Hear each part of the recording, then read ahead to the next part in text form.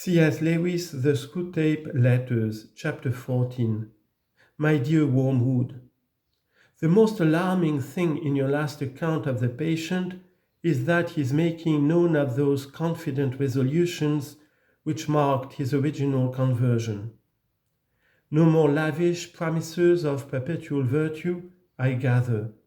Not even the expectation of an endowment of grace for life, but only a hope for the daily and hourly pittance to meet the daily and hourly temptation. This is very bad. I see only one thing to do at the moment. Your patient has become humble. Have you drawn his attention to the fact? All virtues are less formidable to us once the man is aware that he has them. But this is especially true of humility.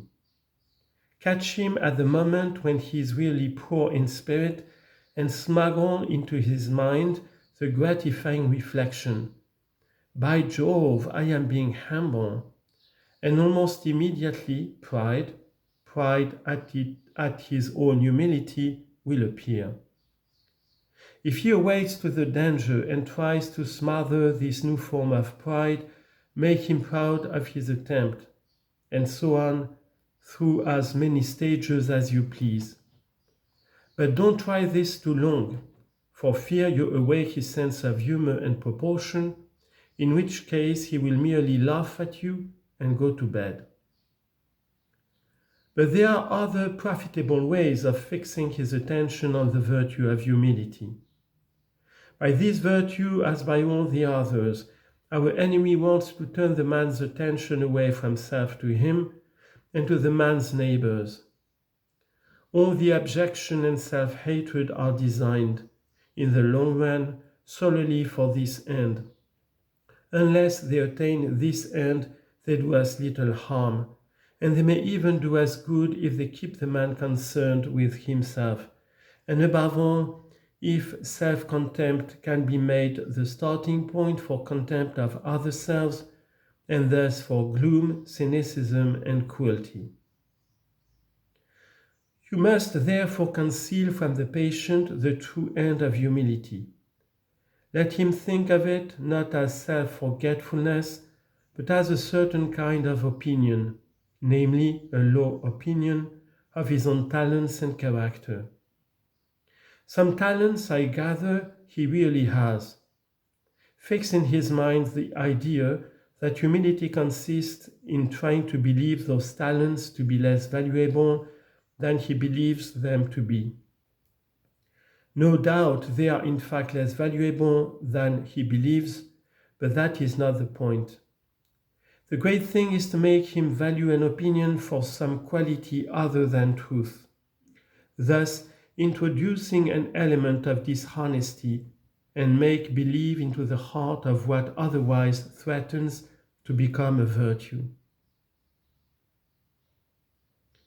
By this method, thousands of humans have been brought to think that humility means pretty women trying to believe they are ugly and clever men trying to believe they are fools.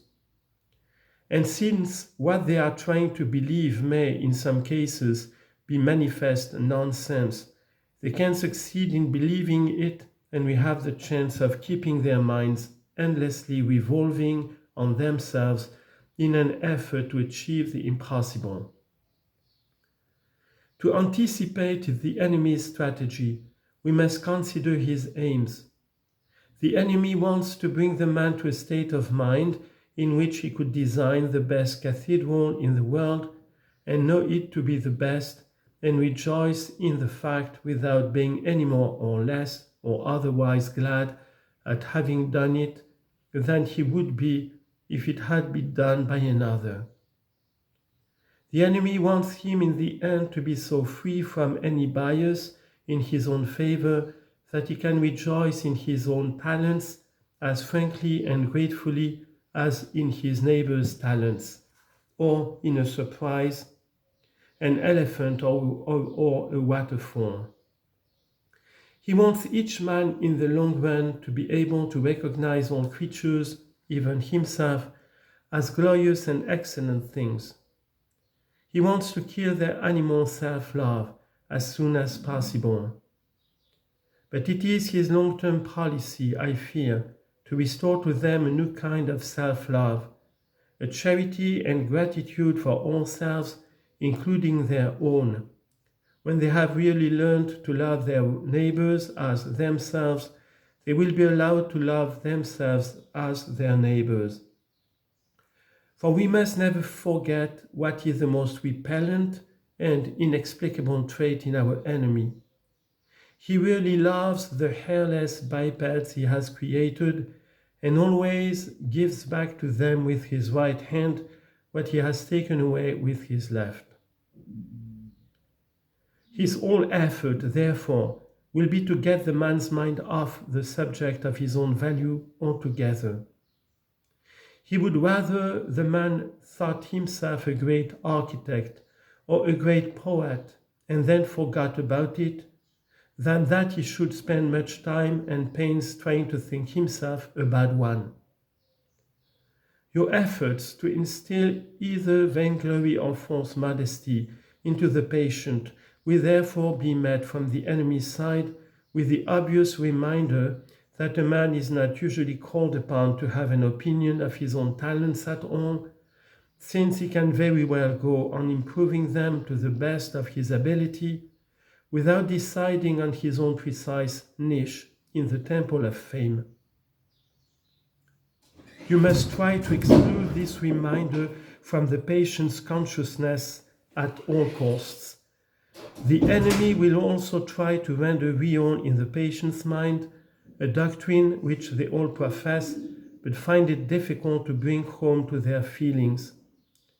The doctrine that they did not create themselves, that their talents were given them, and that they might as well be proud of the color of their hair. But always and by all methods, the enemy's aim will be to get the patient's mind off such questions, and yours will be to fix it on them. Even of his sin, the enemy does not want him to think too much. Once they are repented, the sooner the man turns his attention outward, the better the enemy is pleased. Your affectionate uncle, SCREWTAPE.